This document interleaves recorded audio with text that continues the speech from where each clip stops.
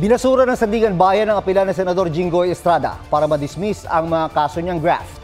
Kaugnayan ng 200 million pesos na kickback umano mula sa PDAF o Priority Development Assistance Fund scam. Sa resolusyon ng Sandigan Bayan Special 5th Division, wala nakitang sapat na dahilan sa apela para baguhin ang naunang desisyon na ibasura ang demurrer to evidence na Estrada.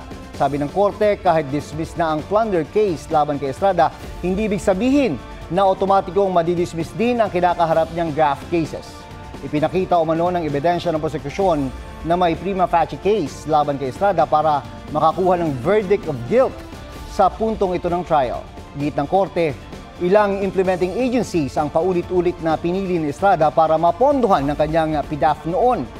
Direkta rin umano ang pag-i-endorse ni Estrada sa mga NGO ni Janet Lapoles bilang tagapagpatupad ng mga di naman ikinasang mga proyekto. Ang mga endorsement letters din umano ni Estrada ang mismong nagdadawit sa kanya sa krimen.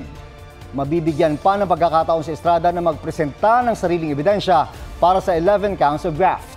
Kinukuha pa ng GMA Integrated News ang panig ni Estrada.